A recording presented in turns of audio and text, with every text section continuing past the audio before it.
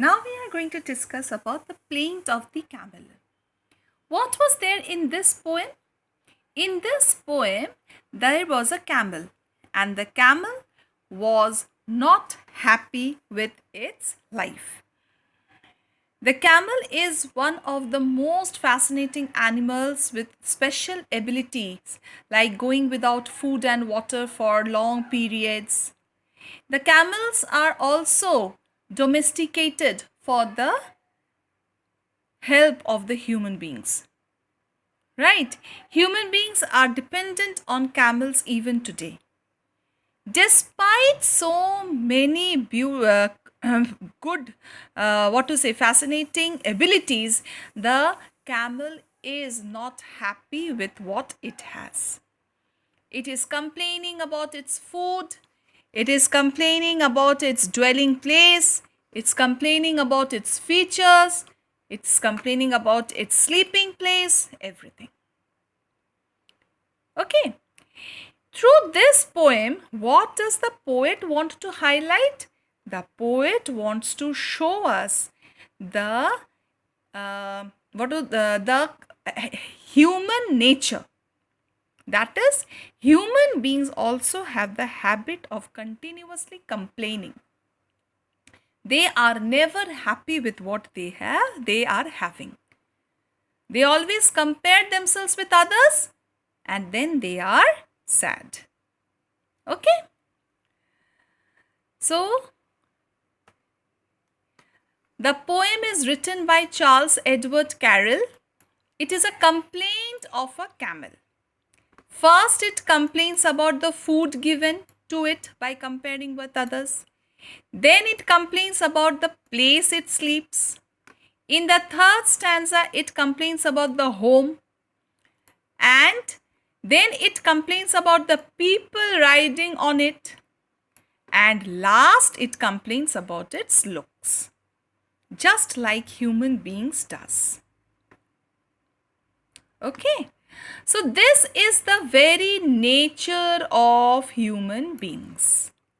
We never learn to appreciate what we have, but we will always keep complaining by comparing ourselves with others. So this is what is important, children, to understand here, that we should be always happy with what we have. We should never compare ourselves with others. Okay? In the first stanza, it compares itself with the canary birds, parrots and poodles as to what all given for eating. And it says, because it can digest anything, no particular diet is followed. In the second stanza, it complains about sleeping place.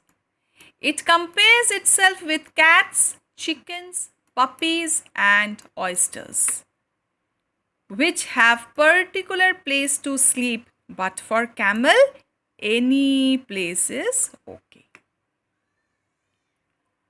In the third stanza, it complains about the dwelling place. It compares itself with lambs, coops, kittens and pigs. All of them have a particular place to live, but it has only sand as a dwelling place. So in these three stanzas, what are they? What is the camel comparing? The first, the camel is comparing about its food. Second, the camel is comparing about its sleeping place. And third, it's comparing about its dwelling place. Okay? Now we come to the fourth stanza. In the fourth stanza, it complains about how people use it as beast of burden. Why beast of burden? Because any amount of weight can be heaped on its back, or any amount of people can ride on it. But no one rides on a giraffe or ox or rabbit or fox. Okay? In the last, it complains about its features. It says that it is all made of bumps and lumps and humps. Whereas others like snake, weasels, alligator, lizards and all are having sleek features. So children, in the last two stanzas, it's complaining about the weight that he carries and finally about its features. Clear? Now what is the theme? The theme was that the poor camel is our beast of burden, left to thirst, forage and sleep in merciless desert, while other animals are mostly prized, pampered or at least tended to pamper. Where lies the humor of the poem? The humor throughout the poem lies in the way the poet makes the camel complain about everything, almost everything about him. Okay? Now we see the rhyming scheme. What do we mean by the rhyming scheme? A rhyme scheme is the pattern of rhymes at the end of each line of a poem or song. It is usually referred to by using letters to indicate which lines rhyme. Lines designated with the same letter all rhyme with each other. For example, see, canary birds feed on sugar and seed. So these two are rhyming with each other, feed and seed. So we give the rhyming letter A over here. Parrots have crackers to crunch. Is this word crunch rhyming with seed or feed? No. That is why we are giving the letter B, a separate letter. And as for the poodles, they tell me the noodle. Again see, poodles and noodle, they are matching, but they are not rhyming with feed, seed or crunch. So both of these get a separate letter C. Have chickens and cream for their lunch. Now see, this word lunch is rhyming with crunch, isn't it? Crunch and lunch are rhyming. So this letter B has been given because crunch was having the letter B. That is why we give the same letter to lunch also, that is B. Okay? But there's never a question about my digestion. So these two are again rhyming, D and D we are telling.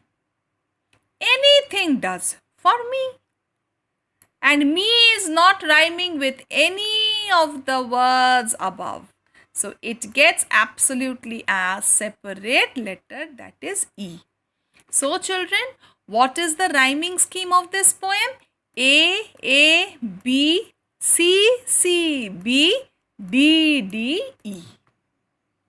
So rhyming scheme are those letters or words which are generally at the end of the sentence. Clear? Clear to all of you? Okay. Now we come to the next slide. Which is the sound word in this poem? Crunch. And what is the moral of this poem? Children, the moral of this poem is that the poet wants to relate the nature of the camel with that of human beings. How? Because human beings are always complaining about everything that they have. So what is the poet saying? The poet is saying that rather than complaining, we should try to stay positive, show gratitude, compassion, and try to be gentle with yourselves. Okay? Remind yourself that you can never be another version, but you can only be a better version of yourself. So as we all know, that comparison is the thief of joy. So children, we should never compare ourselves with anyone because all of us are unique. God has made all of us unique. So we should be happy with what we have. This is the poem. Now we come to the assignment. This is the revision assignment, children, which I am sending you today. You are supposed to write the meanings. You have to do this assignment in your literature notebook, children. Please complete the assignment in your literature notebook. So first you will write the meanings, word meanings. Then you have to fill in the blanks. The camel has no particular dash. He is given anything to it. Read the poem and you will get all the answers. Clear? The word meanings has also been sent to you. Next, the questions. What is the camel complaining about?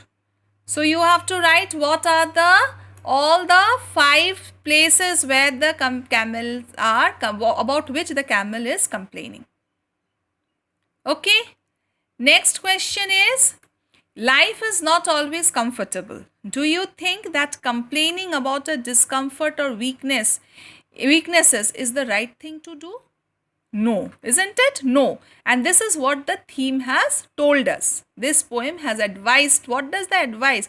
What would you advise the camel to make him feel better? What you would advise? You would advise suggestions like the camel should be happy with what it has.